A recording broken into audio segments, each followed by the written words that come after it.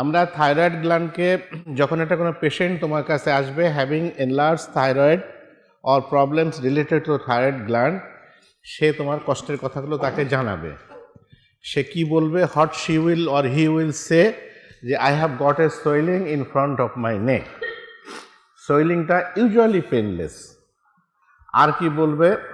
যে এটা ভারটা আমি যখন বিছানায় শুই তখন I feel some difficulty in respiration, that is ডিসফেজিয়ার কথা সে বলবে। রিয়েল ডিসফেজিয়া এখানে হয় না, বাট এই লাইক একটা সিমটমের কথা সে বলবে। থার্ড থিং, আরেকটা কথা কি বলবে? যে when I want to swallow food particle, then কি হবে? যে I feel difficulty, that is dysphagia হবে। তাহলে সেটা আগলি সাইটের কথা বলবে, নেকে ডিসনিয়ার কথা বলবে, ডিসফেজিয়ার কথা বলবে। আর কি বলতে পারে? যদি এই গ্ল্যান্ড থাকে কোনো টক্সিক ম্যানিফেস্টেশন হয়ে থাকে তাহলে সে তার কষ্টগুলো বলতে পারে। সে টক্সিক ম্যানিফেস্টেশনগুলো কোথায় হয়? আমরা বলেছি থাইরয়েড হরমোনটা অল ফাংশনকে অ্যাফেক্ট করে। কমনলি তোমার কার্ডিওভাস্কুলার সিস্টেম হোক, রেসপিরেটরি সিস্টেম হোক, রেসপিরেটরি সিস্টেমটা এসকেপ থাকে, তাহলে অন্য সিস্টেমগুলোকে অ্যাফেক্ট করে। তার রিলেটেড কোনো আছে কিনা সে বলতে পারে I feel palpitation, I feel increase sweating, I feel tiredness, হ্যাঁ, ট্রিমর ফিল করে, এগুলো সে বলতে পারে। সোয়েটিংয়ের কথা বলতে পারে। তাহলে এই সিমটমগুলো যখন সে বলল, then what you should to have to do, তাকে you must have to examine the site. তাহলে তাকে কোথায় এক্সামিন করবা? প্রবলেম তার নেকে, তুমি কি তার লেগ এক্সামিন করবা? নো, তাকে নেকটা এক্সামিন করতে হবে। পেশেন্ট কারণ সিটিং পজিশনে গলাটাকে ওয়াইডলি এক্সপোজ করে তাকে তোমাকে এক্সামিন করতে হবে। এক্সামিন করতে হলে the first thing you have to inspect the site. ইন্সপেকশনে কি দেখতে হবে? Whether there is any swelling or not. সোয়েলিংটা দেখলে যে হ্যাঁ ঠিক আছে, গলায় ট্র্যাকিয়ার সামনে একটা সোয়েলিং আছে। আচ্ছা, তারপরে সোয়েলিংটার উপরে কোনো স্কার মার্ক আছে কিনা সেটা দেখলে, কোনো ভিজিবল পালসেশন আছে কিনা সেটা দেখলে, তারপরে তুমি তাকে বললো যে বাবা আপনি ঢোক গিলেন, ডিগ্লুটেশন করেন, দেখলে যে whether it moves upward or not. দেখলে যে না অ্যাট দি মানে অ্যাক্ট অফ ডিগ্লুটেশন এটা আপসাইডে মুভ করছে, তাহলে তুমি শিওর হলে this swelling is thyroid gland swelling. আচ্ছা, সোয়েলিংটা লোবুলেটেড কিনা সেটাও তুমি দেখলে, মার্জিনটা স্মুথ আছে কিনা সেটাও তুমি দেখলে। এরপরে সোয়েলিংয়ের সংখ্যা কয়টা দেখতে হবে, একটা না একাধিক, এটা দেখতে হবে। এরপরে তুমি দেখলে যে পালপেশনে গেলে, লোকাল রেঞ্জ অফ টেম্পারেচার আছে কিনা দেখলে, এবং ইন্সপেকশনে যেগুলো দেখেছো ওইগুলোরই সবই একটা তোমার একটা আইডিয়া নিলে পালপেশন করে। তারপরে আসলো কি অসকালটেশন। অসকালটেশনের এখানে রেট অনেক ক্ষেত্রে অনেক সোয়েলিংয়ের auscultation is not necessary, but here is necessary. কেন necessary? It should be done in the upper pole because of following reasons.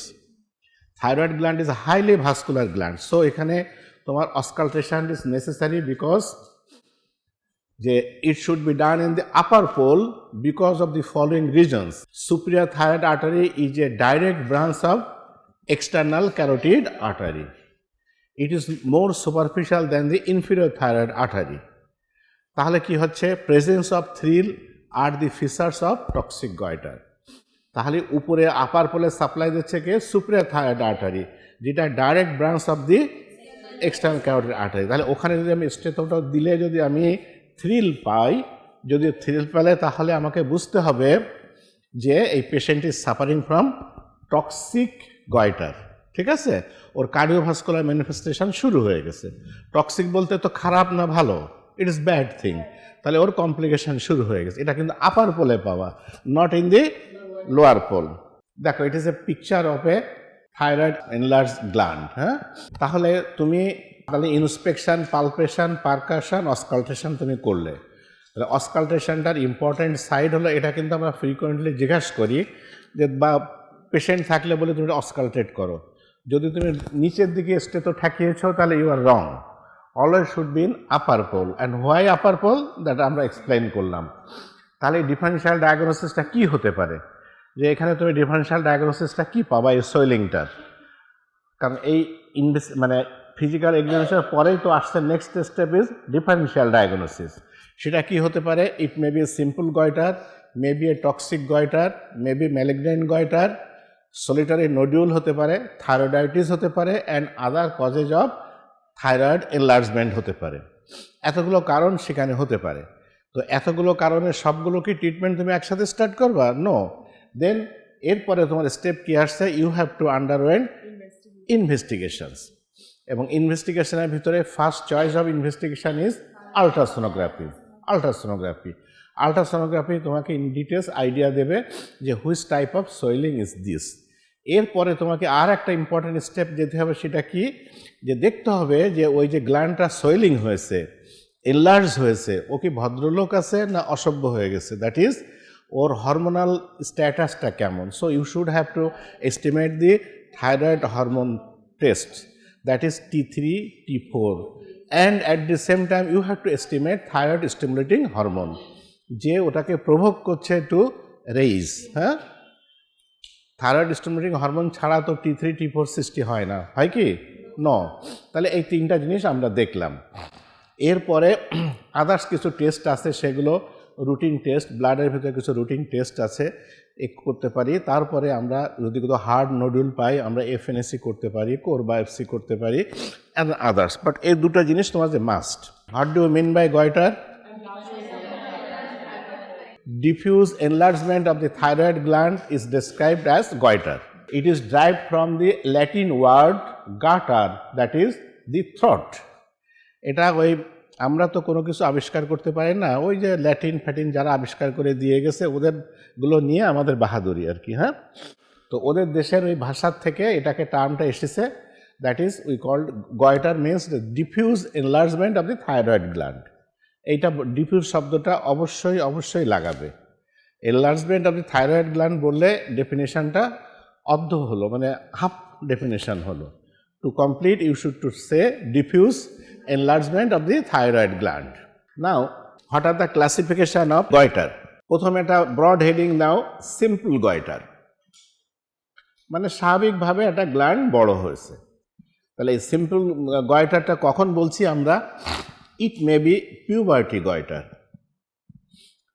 It may be colloid goiter, it may be multinodular goiter. Simple goiter আমরা বলছি কখন? পিউবার্টিতে হতে পারে, কারণ যখন age পিউবার্টির দিকে থাকে তখন ইউজুয়ালি এই গয়টারটা হয় কিন্তু ফিমেলদের বেশি। তো যখন at the age of puberty তখন দেখা গেল যে কোনো কারণ ছাড়াই থাইরয়েড গ্ল্যান্ডটা একটু ডিফিউজলি এনলার্জ হয়ে আসছে, এটিসকে আমরা বলি যে পিউবার্টি গয়টার। কলয়েড গয়টার হতে পারে, কেন হয়? আয়রন ডেফিসিয়েন্সি গয়টার যেটা হয়।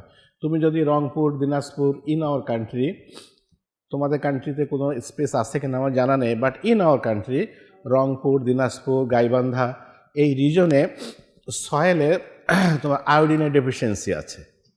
তো দ্যাট ইজ হোয়াই ওখানে যে ফুড যেটা হয়, সয়েল থেকে যা প্রোডাক্ট হয় সব কিছুতেই আয়োডিনের ঘাটতি থাকে। ওই ফুডগুলো আমরা যেগুলো ইনটেক করি তখন আমরাও আয়োডিন ডেফিসিয়েন্সিতে ভুগি। তো সেখানে তোমাকে এটা বলা হয় কলয়েড গয়টার বলা হয়।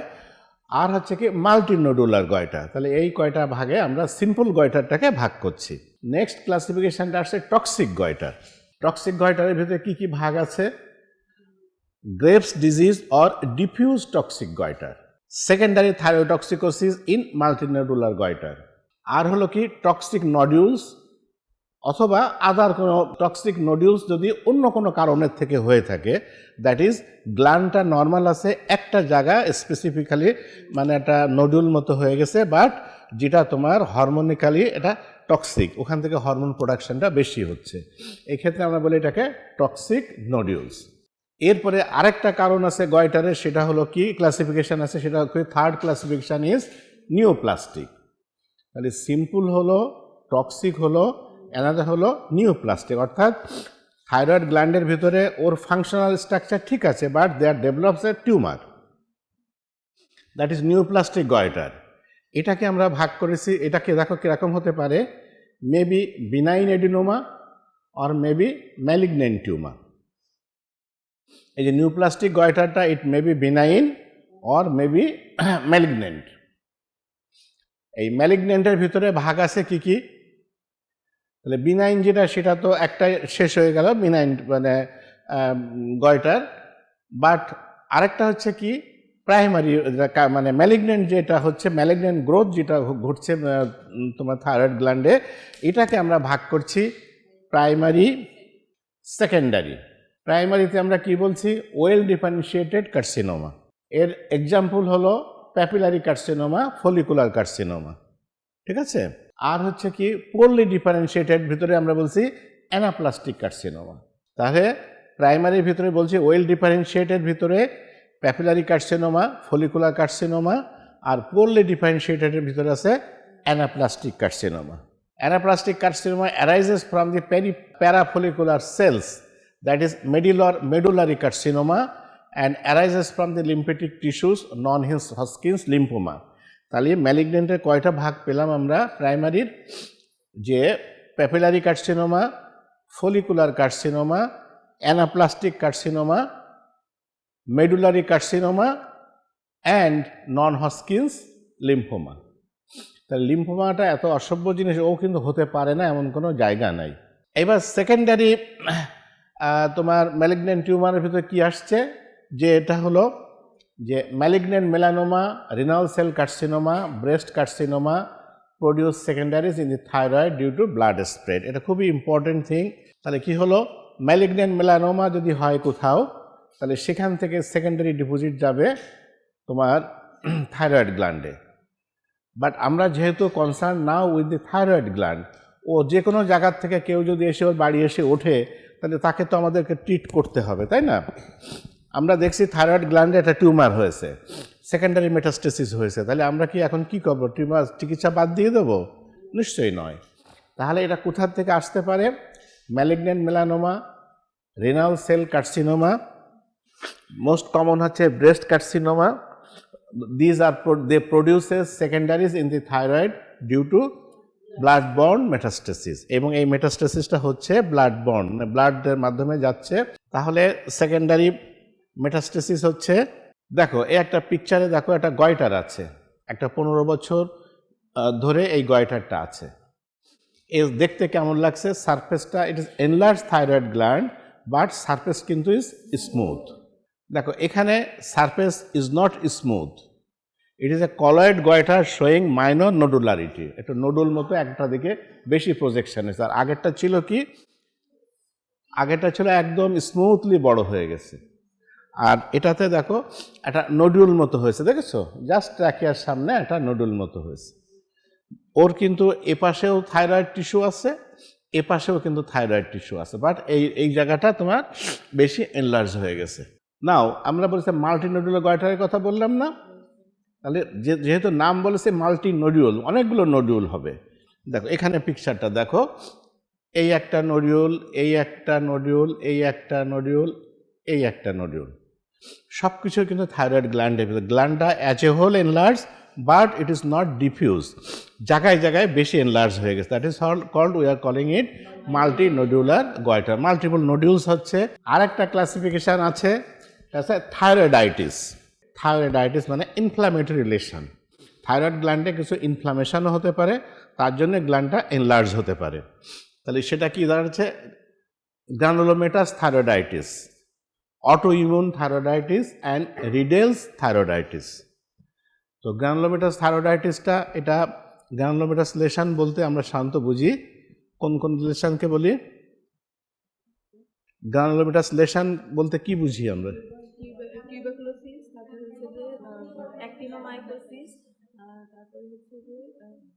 সিপ্লিসটা আসে না? সিপ্লিসটা আসে তো, যেগুলো গ্রানুলোমা ফর্মেশন হয়, টিবি, সিপ্লিস, অ্যাক্টিনোমাইকোসিস, এগুলো। তাহলে ওগুলোও কিন্তু থাইরয়েড গ্ল্যান্ডকে এফেক্ট করতে পারছে। তাহলে দেখো কত বিপদ। আর একটা কেস অটোইমিউন থাইরয়েডাইটিস, এটা যেহেতু কোনো অটোইমিউন রিয়াকশান সৃষ্টি হচ্ছে, এটা কিন্তু একটা খারাপ ডিজিজ। আর একটা হলো কি রিডেলস থাইরয়েডাইটিস অ্যান্ড আদার্স আছে। 5 নম্বর হচ্ছে যে rare causes of goitre. What may be the rare causes? Rare কজেসের মধ্যে আমরা বলতে চেয়েছি acute bacterial goitre, thyroid cyst হতে পারে অনেক সময়। থাইরয়েড সিস্ট হলেও সেটা এনলার্জমেন্ট হয়, সেটাকে আমরা গয়টার বলবো। থাইরয়েড অ্যাবসেস হতে পারে অ্যান্ড অ্যামাইলয়েড গয়টার হতে পারে। তাহলে এগুলো হলো আদার কজেসের ভিতরে।